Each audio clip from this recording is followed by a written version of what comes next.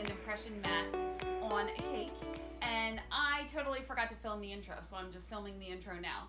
So what I do is, before I start this, I ice the cake and I put it in the refrigerator overnight. I use a crusting buttercream. I do have my buttercream recipe on YouTube. I can link that below.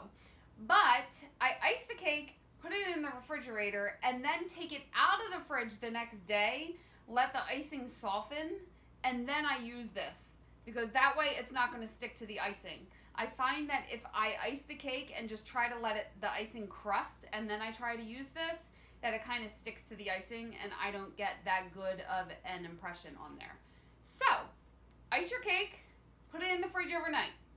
Take it out and let it come to room temperature, probably like an hour or two, and then grab your impression mat. And if you want to see what I do, just keep on watching. So to start, I have a turntable that has a piece of non-skid pad on it. So when I put the cake on top of it, it's not going to move around. Nice little tip there. You're going to think this looks weird because the cake is offset to the side of the cake board, but I have to put decorations down here, so that's why the cake is pushed back. It will look right when it's all put together. I have my diamond impression mat here, and this cake has actually been it was iced yesterday and placed in the refrigerator overnight, and I took it out of the refrigerator and let it sit out for about an hour for the icing to soften before I start doing this. Now, since this is the front of the cake, I want to start this pattern on the back because it rarely ever matches up.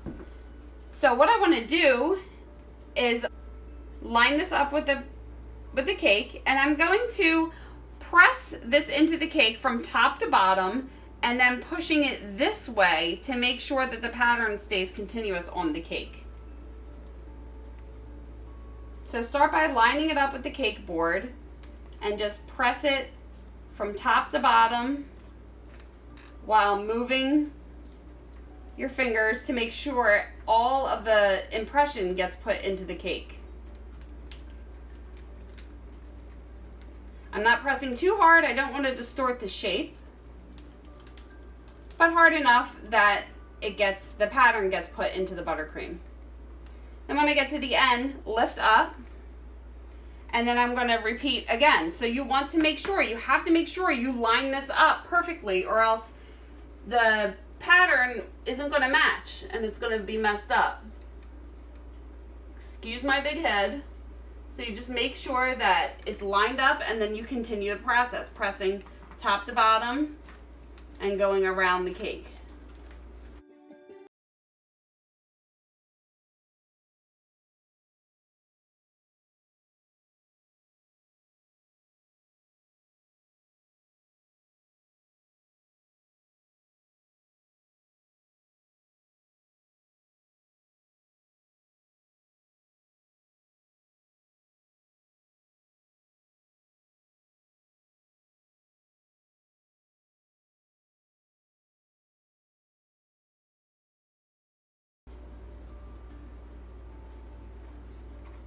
And oh my gosh, would you look at that? It almost matched up perfectly. That never happens.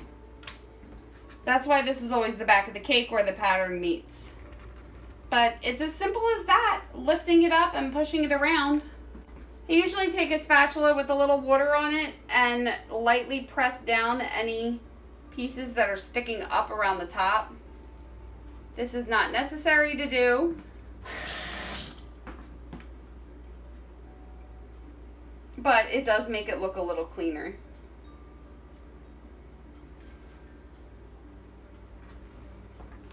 And there's your beautiful diamond impression on your buttercream icing. So here you go. Here is your beautiful diamond impression buttercream cake ready to be decorated. Pretty easy technique that I've been doing for years. I just like how it turns out. You can really use any impression mat. I like the diamond one. I have one that has lines in it. Whatever you use, you just want to make sure you match up the pattern as you're pushing it around the cake. I think that's it. So leave any questions that you would have below and I will answer them as soon as I can. And like always, please give it a thumbs up and hit the subscribe button if you haven't already. Why is that so hard for me to say? And you can follow me on social media and my website. I will link all of that below. And I think that is it for now. I will see you on the next one. Bye.